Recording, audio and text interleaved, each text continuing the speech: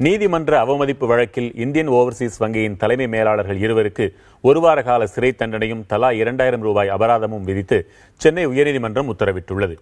2014-15 நிதியாண்டில் சென்னை அண்ணா சாலையில் உள்ள இந்தியன் ஓவர்சீஸ் வங்கியில் பணிக்கு ஆள் சேர்ப்பதில் ஊழல் செய்ததாக வங்கி அதிகாரி சென்னகிருஷ்ணன் உள்ளிட்டோர் மீது துறை ரீதியான நடவடிக்கை எடுத்ததுடன் குற்ற வழக்கும் தொடுக்கப்பட்டிருந்தது.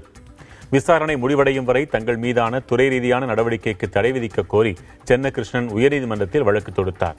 வழக்கை விசாரித்த சென்னை உயர்நீதிமன்றம் துறை ரீதியான நடவடிக்கைக்கு தடை விதித்தது. அத்தடை உத்தரவை மீறி 2016 மே மாதம் 31 சென்னகிருஷ்ணனை பணி நீக்கம் செய்து வங்கியின் ஒழுங்கு நடவடிக்கை குழு உத்தரவிட்டது.